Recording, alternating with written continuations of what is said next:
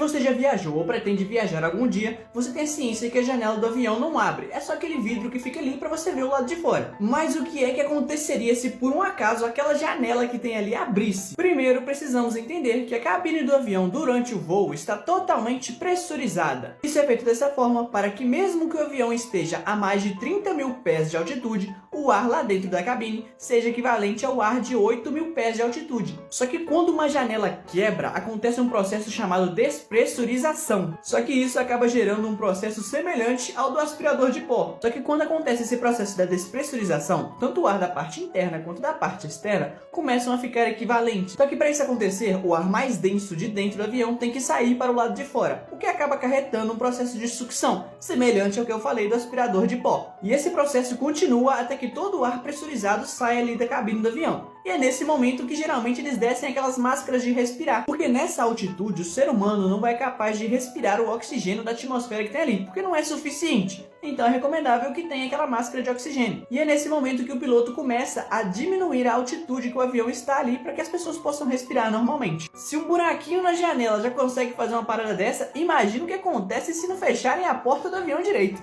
Esse é um dos lugares mais perigosos que existem no mundo. Parece apenas uma ilha comum. Ela é chamada de Ilha da Queimada Grande, mas também é conhecida pelo nome de Ilha das Cobras. Esse lugar fica aqui no Brasil, mais especificamente no litoral de São Paulo. É um pequeno arquipélago que fica a aproximadamente 35 km de distância da cidade de Itanhaém e Peruípe. Só para você ter uma ideia, lá existem milhares de cobras. Tem tanta cobra nessa ilha que a cada metro quadrado andado você se depara com uma. Esse local abriga uma das serpentes mais perigosas do mundo, e é uma espécie endêmica que só existe naquela ilha. E essa espécie de serpente extremamente perigosa é chamada de jararaca ilhoa. Só para você ter uma noção, essa ilha é extremamente fechada. Para você poder ir até lá, você tem que ter uma autorização do governo, mais especificamente do IBAMA, e ser acompanhado até o local, de tão perigoso que é. E mesmo com estudos e tentativas de controlar aquela população de cobras ali, a ilha ainda é um risco extremo para a habitação humana, então por isso ela fica isolada. Mas obviamente várias pessoas ilegalmente tentam ir até lá para contrabandear as espécies de cobra que existem na região. Só de imaginar um lugarzinho desse cheio de cobra eu já começo a ficar agoniado. Mas me diz aí, você teria coragem de ir até um lugar desse aí? Quando o macaco come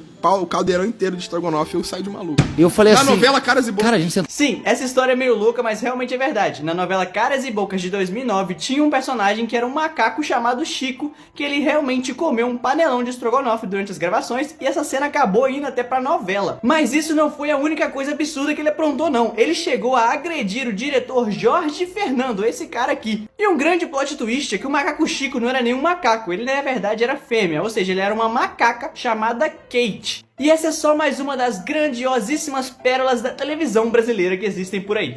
Se você já viu um quid na rua, você provavelmente já morreu de vontade de levantar a antena dele. Mas o que é que acontece se você ficar levantando a antena do quid? Muda alguma coisa? A real é que não muda absolutamente nada, não vai atrapalhar o funcionamento do carro não. O que acontece é que nessa antena do quid e até em alguns outros carros que possam ou não ter essa antena instalada, representam uma captação de dados para rádio e televisores, por exemplo.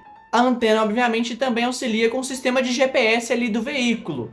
Só que geralmente os donos desses carros não gostam de deixar a antena levantada, até porque dependendo de onde você for passar, pode acabar batendo a antena ali no teto e quebrar ela, ou seja, seria até um prejuízo financeiro para a pessoa. Mas pode ficar tranquilo que não vai dar nenhuma situação muito complicada não. Mas é aquela coisa que a gente sempre fala, cuide no asfalto, antena pro alto. Uma coisa muito comum quando uma pessoa se machuca é que o médico recomende que ela faça um raio-x. Mas é meio louco pensar na ideia de que uma foto consegue ver dentro do seu corpo. E como é que isso começou, afinal? Para entender isso, a gente tem que voltar para 1895, quando o físico chamado Wilhelm Röntgen resolveu tirar uma foto da mão da sua esposa. Ao realizar alguns estudos com tubo catódico, ele percebeu que os raios fotográficos emitidos por aquele tubo poderiam atravessar até mesmo madeira e metal. Foi aí que ele resolveu fazer o teste, batendo uma certa imagem da mão da sua esposa, e viu que o tubo também poderia ver por dentro do corpo humano, gerando assim a primeira foto de um raio-x.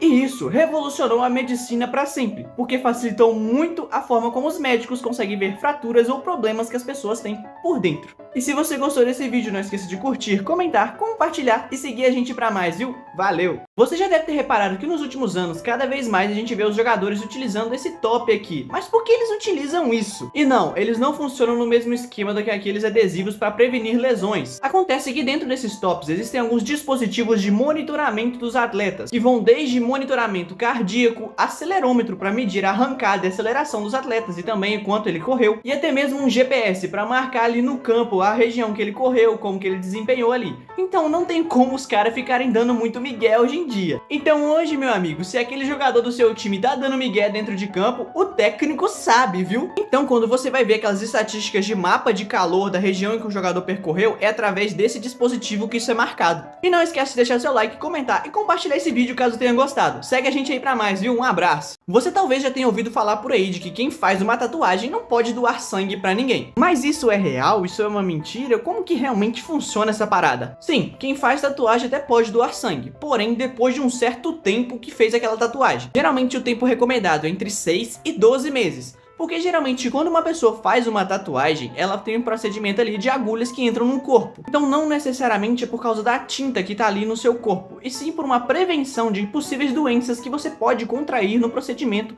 da tatuagem. E algumas doenças como hepatite ou HIV levam um certo tempo para manifestar no corpo e serem pegos no exame de sangue. Então por uma questão preventiva, eles pedem esse certo tempo para você poder doar sangue, sem que a outra pessoa que vai receber esse sangue acabe saindo prejudicada também e acabar contraindo uma doença com a qual ela não tinha antes. E se você gostou desse vídeo aqui, não esqueça de deixar o seu like e seguir a gente pra mais, viu? Um abraço! Esse lugar aqui é a chamada Fossa das Marianas. Basicamente é o lugar mais profundo do mar. E ela recebeu esse nome porque fica ao leste das Ilhas Marianas. E esse local tem uma profundidade de quase 11 mil metros. Lá é tão fundo que nem a luz do sol chega até lá embaixo. Um grande exemplo que muita gente gosta de falar é que lá caberia o Monte Everest inteiro. E a pressão de lá é tão absurda que o corpo humano não suporta. É como se tivesse dezenas de aviões em cima do corpo de uma pessoa ali enquanto ela tá descendo lá pro fundo. E uma curiosidade que pouca gente sabe é que durante muitos anos a Fossa das Marianas foi usada como um local de depósito de resíduos farmacêuticos, chegando a um número aproximado a 400 mil toneladas de descarte farmacêutico lá dentro da trincheira. Mas mesmo sem a existência de luz e com uma pressão absurda,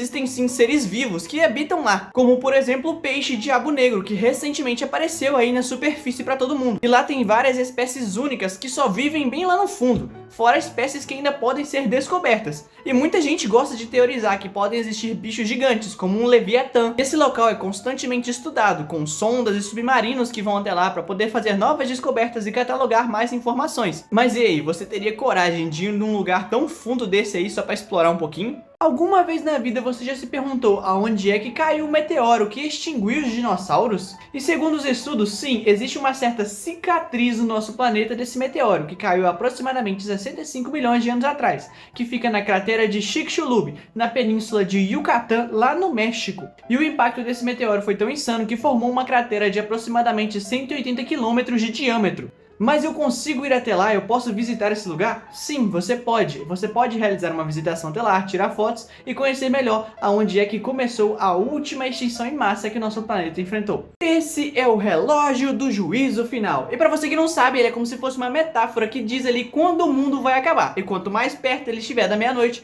mais próximo está da humanidade entrar em colapso. Esse relógio foi criado em 1947, em que um grupo de cientistas se reuniram para fazer uma probabilidade estatística anual de quando é que o nosso mundo ia acabar. E desde então, os cientistas se reúnem anualmente para fazer essa medida e esse cálculo. E esse ano bateu um recorde, porque pela primeira vez na história, ele chegou a 89 segundos para o fim do mundo. Como a regra do mesmo diz, quanto mais perto da meia-noite, mais desastres tendem a acontecer, cada vez mais colapsos podem acontecer no nosso planeta, segundo as probabilidades. E a gente já tá vendo que cada vez mais tá tendo uns colapsos cada vez mais destrutivos por aí. Fico pensando aqui, justo na minha vez o mundo tinha que acabar? Não dá pra esperar pelo menos o final de One Piece, não?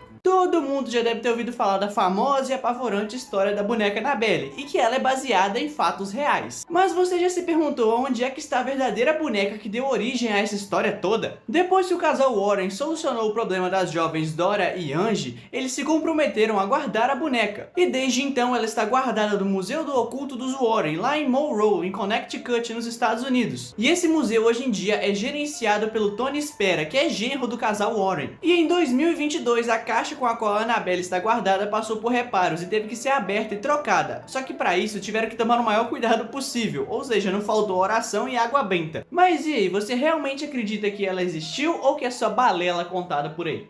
Alguma vez você já se perguntou como é que as gigantescas plataformas de petróleo são colocadas em alto mar? E existem dois tipos de plataformas que são utilizadas, as flutuantes e as fixas. As mais comuns são as plataformas fixas, elas são utilizadas em profundidades de até 180 metros e elas são colocadas através de módulos que são construídos presos ao subsolo oceânico, que é fixado através de um pilar gigantesco ali de aço. E em águas mais profundas é utilizado a plataforma flutuante. Elas são construídas em terra firme e depois são levadas até o local de instalação. Basicamente é rebocado por um barco. São fixadas ali no fundo do mar através de âncoras que pesam toneladas para segurar aquele peso. Mas essas também utilizam um sistema de lastros para estabilizar ali a plataforma no mar. Além disso, também utilizam estabilizadores para contrabalancear o movimento das ondas para estabilizar ali a plataforma sem que ela balance demais. E se você gostou desse vídeo, não esqueça de curtir, comentar e seguir a gente para mais. Um abraço!